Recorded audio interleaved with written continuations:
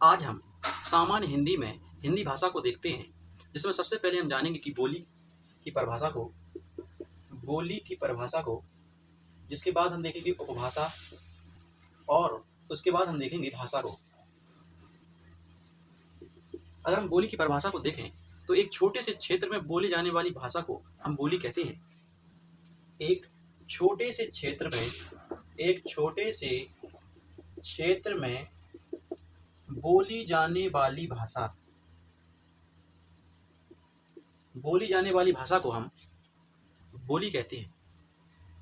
और बोली में साहित्य की रचना नहीं होती है, यानी इस भाषा में साहित्य की रचना नहीं होती है। इसके बाद हम देखते हैं उपभाषा को।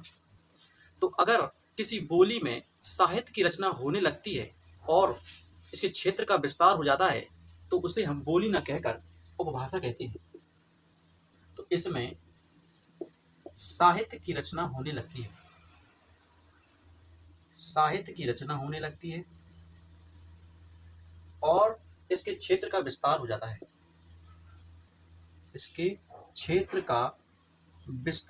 है। इसके बाद अगर हम भाषा को देखें तो साहित्यकार जब उपभाषा को अपने साहित्य के द्वारा परिनिष्ठित या सर्वमान्य रूप प्रदान कर देते हैं तथा इसके क्षेत्र का और विस्तार कर देते हैं तो वह भाषा कहलाने लगती है। इसके बाद अगर हम हिंदी में उपभाषाओं को देखें तो हिंदी को 5 उपभाषाओं में बांटा गया है। जिनमें 5 कौन कौन सी उपभाषाएं हैं?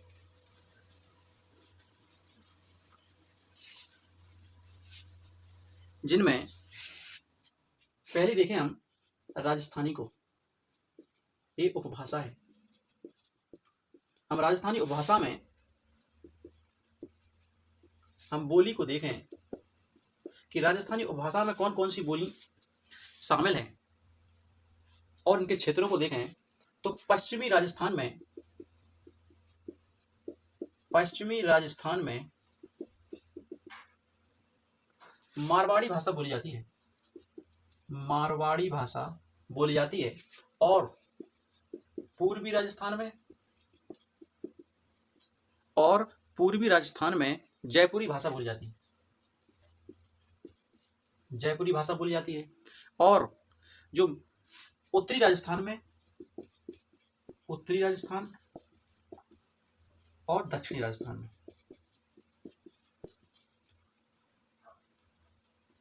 उत्तरी राजस्थान की अगर भाषा की हम बात करें तो इसमें मेवाती भाषा और दक्षिणी राजस्थान में मालवी भाषा बोली जाती है। तो ये सभी बोली राजस्थानी उपभाषा का भाग है। इसके बाद अगर हम दूसरे पॉइंट में देखें कि दूसरी उपभाषा कौन सी है, दूसरी उपभाषा पश्चिमी हिंदी है। और पश्चिमी हिंदी की अगर हम बोलियों को देखें तो पश्चिमी हिंदी में बोली कौरवी या खड़ी बोली, इनमें कौन कौन सी है? कौरवी या खड़ी बोली। दूसरी है हरियाणवी या बांगरू या हरियाणवी। और तीसरी भाषा है ब्रजभाषा,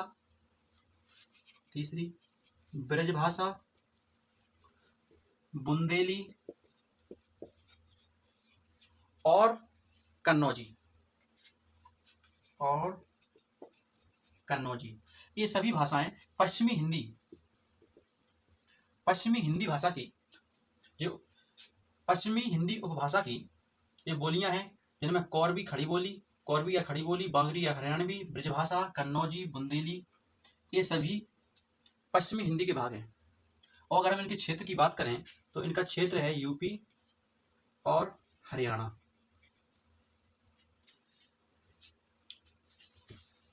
इसके बाद हम देखते हैं पूर्वी हिंदी को। इसके बाद हम अगर पूर्वी हिंदी उपभाषा को देखें और इनमें अगर हम बोलियों को देखें तो इनमें अवधी बोली जो पूर्वी हिंदी में कौन कौन सी आती है, अवधी, दूसरी है बघेली और तीसरी है छत्तीसगढ़ी। अगर हम इनके क्षेत्रों को देखें तो इनके क्षेत्र हैं एमपी, यूपी और छत्तीसगढ़ के कुछ भाग और छत्तीसगढ़। हम चौथे पॉइंट में हम देखें बिहारी उपभाषा को, देखें बिहारी उपभाषा को। तो बिहारी उपभाषा में कौन कौन सी बोली शामिल हैं, जिनमें है भोजपुरी, मगही और मैथिली। अगर हम इनके क्षेत्रों की बात करें तो बिहार का क्षेत्र और कुछ यूपी का क्षेत्र इसमें शामिल है। इसके बाद अगर हम पांचवें पॉइंट में देखें पहाड़ी उपभाषा को देखें और इनमें अगर हम बोलियों को देखें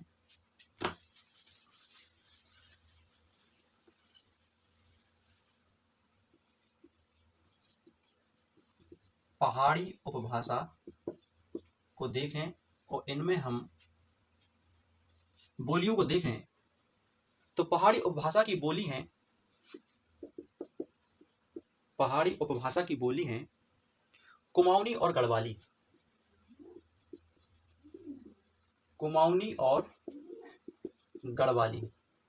एक कुमाऊनी और गढ़वाली, इनके अगर हम क्षेत्र को देखें तो इनमें उत्तराखंड और हिमाचल प्रदेश, यानी जो हिमाचल प्रदेश है और उत्तराखंड का क्षेत्र। तो हमने देखा कि जो हिंदी भाषा की उपभाषाएं हैं उन्हें 5 भागों में बांटा गया है। पहला है राजस्थानी, जिसमें जो पश्चिमी राजस्थानी भाषा है वो मारवाड़ी है, पूर्वी राजस्थानी भाषा है वो जयपुरी है, और जो उत्तरी राजस्थानी भाषा है वो मेवाती है, और जो दक्षिणी राजस्थानी भाषा है वो मालवी भाषा है। और ये क्षेत्र की बात करें तो ये राजस्थानी क्षेत्र है। इसके बाद हमने देखा कि पश्चिमी हिंदी, दूसरे पॉइंट में एक पश्चिमी हिंदी में कौरवी या खड़ी बोली है, बांगरू या हरियाणवी है, बुंदेली है, ब्रजभाषा है, कन्नौजी है। ये सभी पश्चिमी हिंदी उपभाषा के भाग बोली हैं। यानी दूसरे पॉइंट में जो पश्चिमी हिंदी उपभाषा की अगर हम बोलियों की बात करें तो इसमें है खड़ी बोली, कौरवी या खड़ी बोली, बांगरू या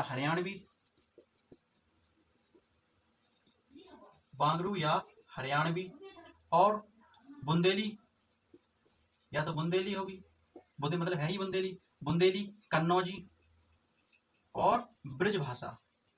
और ये सभी भाषाएं पश्चिमी हिंदी उपभाषा के भाग हैं।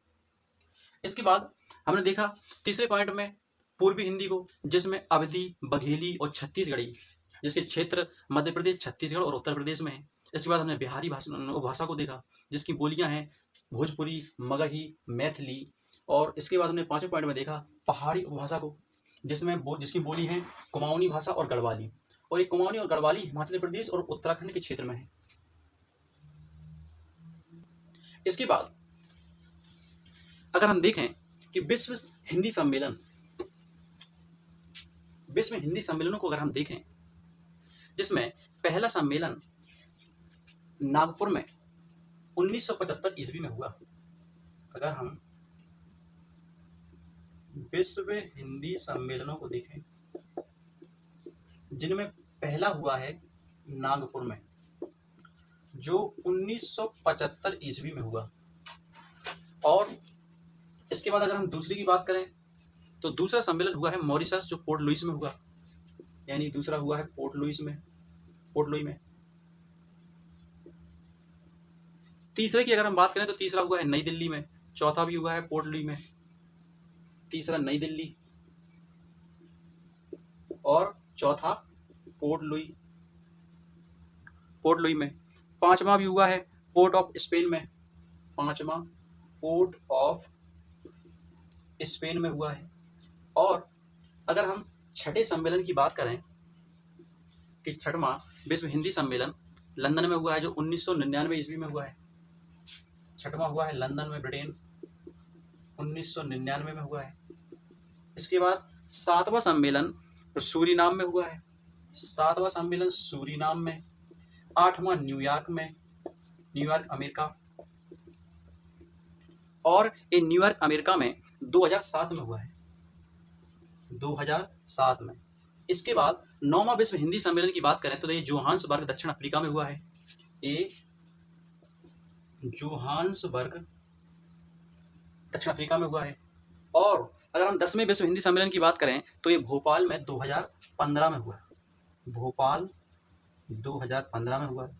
इसके बाद अगर हम 11वें की बात करें तो ये 11वां विश्व हिंदी सम्मेलन पोर्ट लुई में, मॉरिशस, पोर्ट लुई में हुआ है। 12वां विश्व हिंदी सम्मेलन की बात करें तो ये फिजी में, और 13वां कहाँ हुआ, बाली, इंडोनेशिया। तो ये 12वां है फिजी में, और 13वां कहाँ होगा, 13वां बाली, इंडोनेशिया में, बाली, इंडोनेशिया में होगा। तो ये विश्व हिंदी सम्मेलन है जिनमें पहले की अगर हम बात करें, पहला सम्मेलन जो 1975 में हुआ नागपुर में, दूसरा पोर्ट लुई में, तीसरा सम्मेलन नई दिल्ली, चौथा पोर्ट लुई, 5वां पोर्ट ऑफ स्पेन में, 6वां लंदन में, 7वां सूरीनाम में, 8वां न्यूयॉर्क अमेरिका में, 9वां जोहान्सबर्ग दक्षिण अफ्रीका में, और 10वां हुआ है भोपाल में, 11वां पोर्ट लुइस मॉरिशस में, 12वां फिजी में, और 13वां बाली, इंडोनेशिया में। इसके बाद अगर हम देखें कि हिंदी भाषा की अगर हम बात करें तो हिंदी भाषा किस परिवार की भाषा है, तो हिंदी भाषा भारोपीय परिवार की भाषा है, भारोपीय परिवार की भाषा है, भारोपीय परिवार की भाषा है। और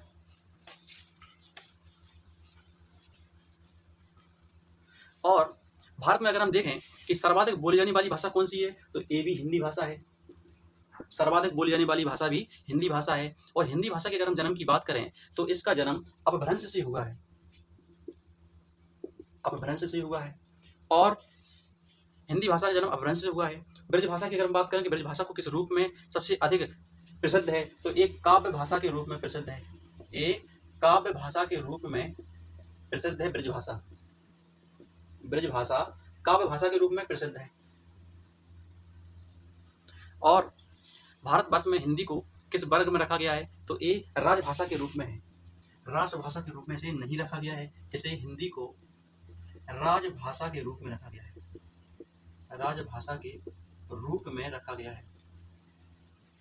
और इसके बाद हम देखें कि जो ब्रजबुली नाम से जानी जाती है, जो पुरानी बांग्ला भाषा को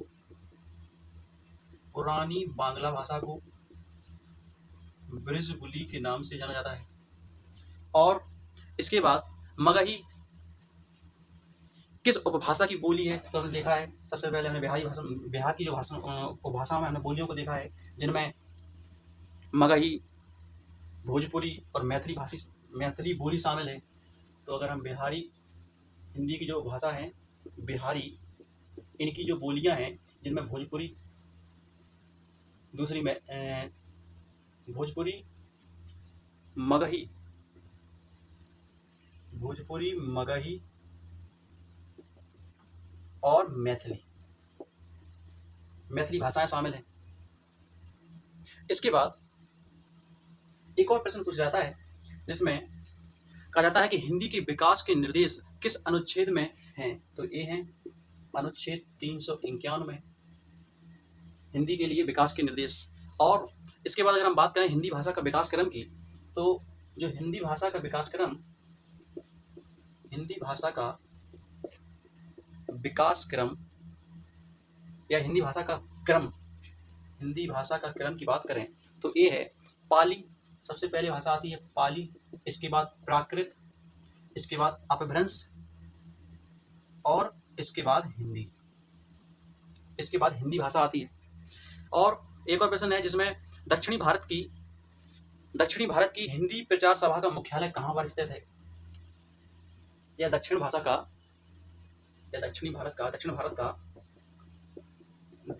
भारत की हिंदी प्रचार सभा का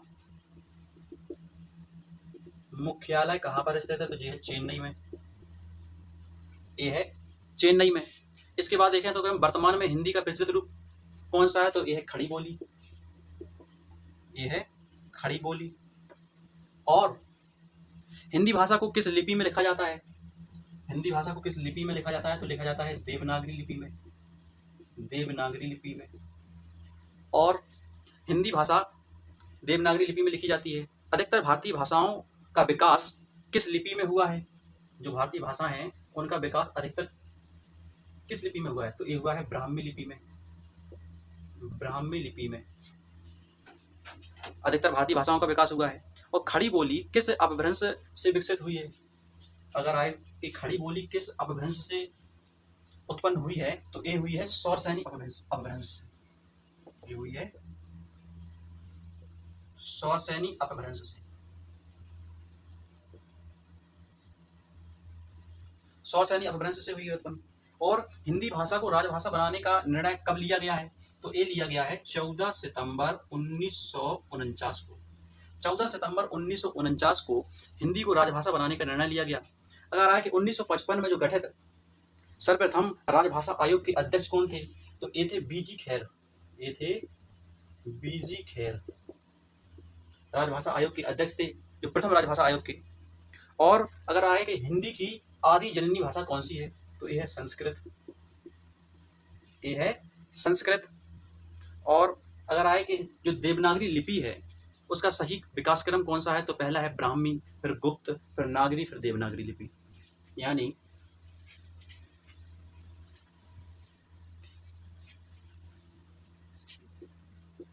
देवनागरी लिपि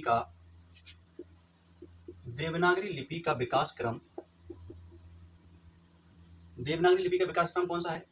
तो देवनागरी लिपि का विकास क्रम है, पहला है ब्राह्मी लिपि, पहला है ब्राह्मी लिपि, इसके बाद ब्राह्मी, फिर है गुप्त, फिर है गुप्त, फिर है नागरी, फिर है नागरी लिपि, और इसके बाद है देवनागरी लिपि, इसके बाद है देवनागरी लिपि।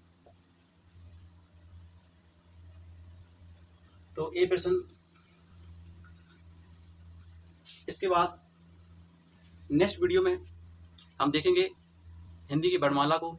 तो मिलते हैं नेक्स्ट वीडियो में। यदि वीडियो अच्छी लगी हो तो चैनल को लाइक करें, सब्सक्राइब करें। धन्यवाद।